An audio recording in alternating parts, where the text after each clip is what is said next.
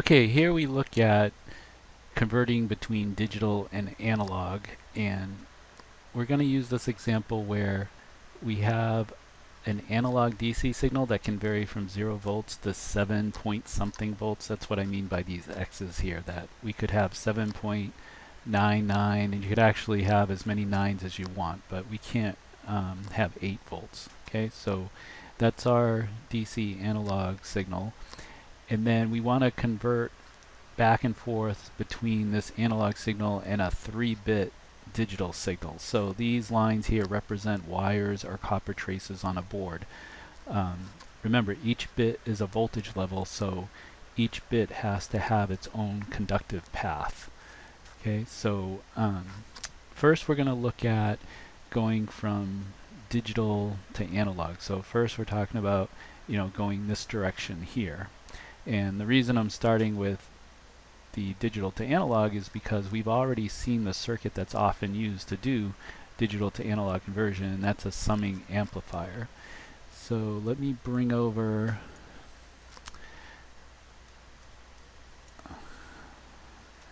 this diagram here. Okay, so as you can see, this is our summing amplifier that we talked about several videos ago. The non-inverting input is grounded. We got our feedback resistor, and then we've got 3 inputs here, one for each bit, and the switch is what's producing either the 0 or the 1. When a switch is open, well, the voltage just to the left of that resistor for that switch is going to be 0 since it's disconnected from the voltage source over here. And then when a switch is closed, that would represent a 1, since that would connect this voltage right to the left side of that corresponding resistor, which is our input. And for this example here, this V here is actually 1 volt. Okay, so just imagine there's a 1 right here. Now, here's the equation for V out for a summing amplifier. We already derived this in a previous video.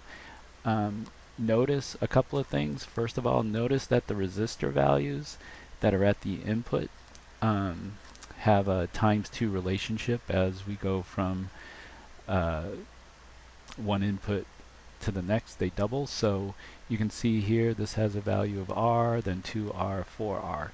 If we had a 4-bit digital to analog converter, if we had a 4th input here, we would have a resistor 8R. Okay, then also notice that RF here in this circuit is set equal to the highest resistance at the input. So here it's equal to 4R. So you do need to have this relationship between the resistors for any type of digital to analog converter of this type. Okay, it gives the proper proportions between the various bits. So essentially you're representing a binary code with this output voltage, and you'll see in this table what's meant by the proportions that I'm talking about here. So let's go to this table, because this table shows all the possible outputs given the possible input conditions.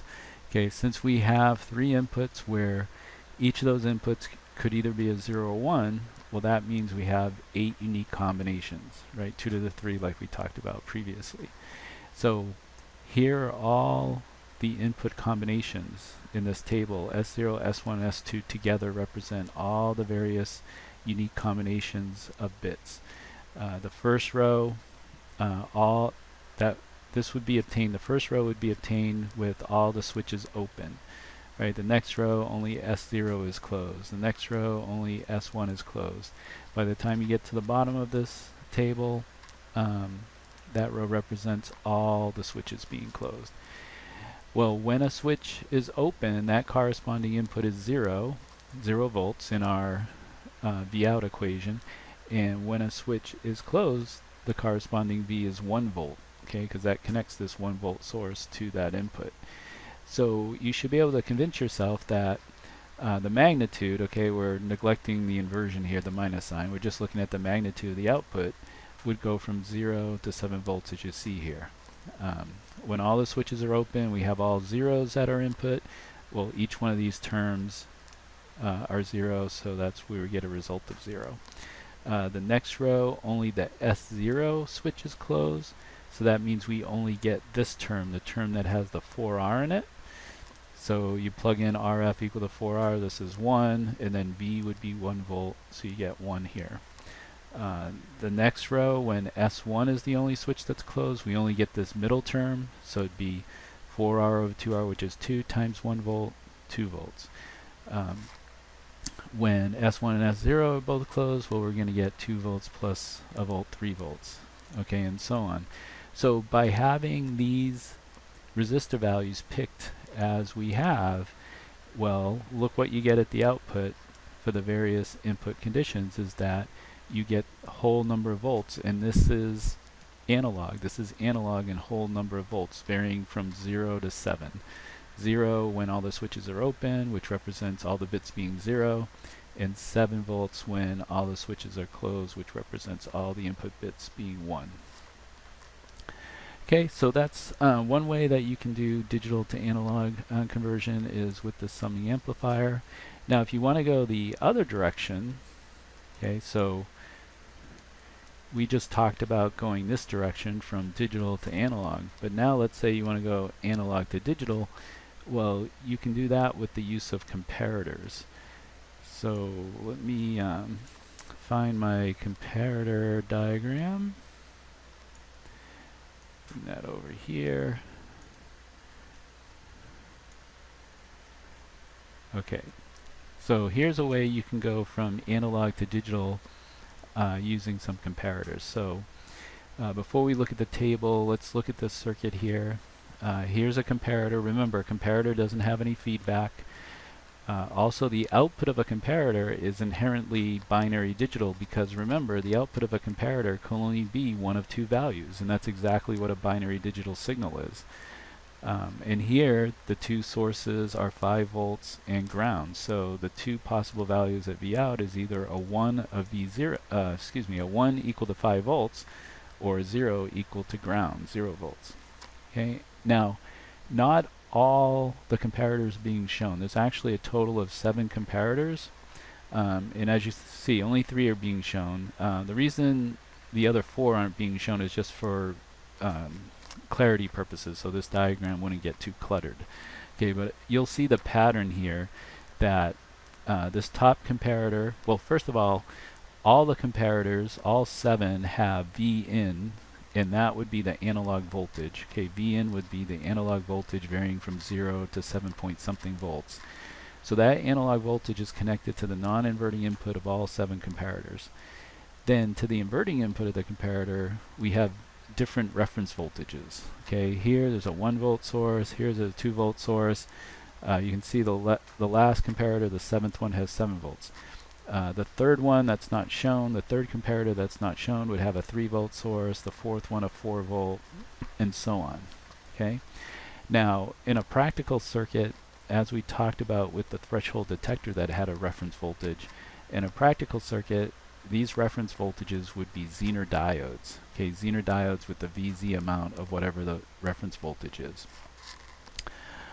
Now, this digital logic circuit over here, I'm just going to mention what its purpose is at the end of this video.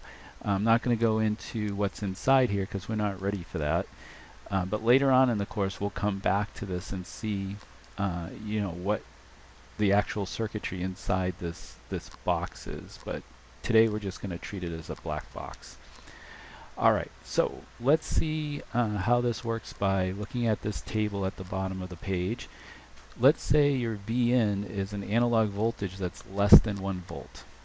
Well, if Vin is less than 1 volt, that means for all 7 comparators, the inverting input voltage is going to be greater than the non-inverting input. And remember how a comparator works, that when the voltage on the inverting input is greater, you get minus V out, which would be ground in this case. And when your non-inverting input voltage is greater than your inverting input voltage, that's when you get plus V out, which would be 5 volts for these comparators. Well, if Vin is less than 1, that means all the outputs of these comparators will just equal ground, since the inverting input for each comparator is going to be greater than the non-inverting input voltage. So that's why you see here that all the outputs that are labeled N1 through N7.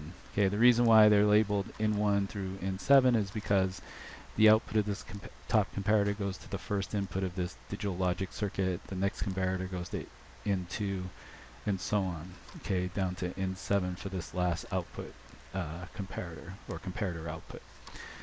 Now, if your analog voltage is between 1 and 2 volts, well, now the output of this top comparator will go to a 5 volts, because its non-inverting input will be greater than its reference voltage at the inverting input. But all the other comparators, the output will still be 0, since the reference voltage at the inverting input is going to be greater than that analog input voltage. So you see, that's what you see in the second row, is that all the outputs of the comparators are 0 except for the top one. Then if your analog voltage is between 2 and 3 volts, well, the top 2 comparators will have outputs of 1 and the other 5 will be at 0. 3 to 4 volts, now you have 3 comparator outputs at 1 and the other 4 is 0, and so on, until when the input voltage is greater than 7, well, now the non-inverting input voltage of all the comparators is greater than the reference voltage at the inverting input, and that's why you see on the last row here all the outputs of the comparators are 1. So you see, this is taking analog, okay, this analog range of whole volts, and it's converting it to digital. It's converting it to zeros and ones at the outputs of these comparators. Okay, so the comparator itself is an analog to digital type of device, because inherent in its operation is that its operation, or excuse me, its output is binary. It's either 0 or 1. It's either plus V or minus V. Now, the purpose of this digital logic circuit, and again, we're not going to get into how it does it yet. We'll talk about this more later on in the quarter. But the purpose of this digital logic circuit is to take the 7 bits that are coming from the comparator outputs and pare down those bits into the minimum number of bits I need to represent 8 different things. Where here, the 8 different things are analog ranges, right? Analog ranges of Vn, specifically whole volt analog ranges.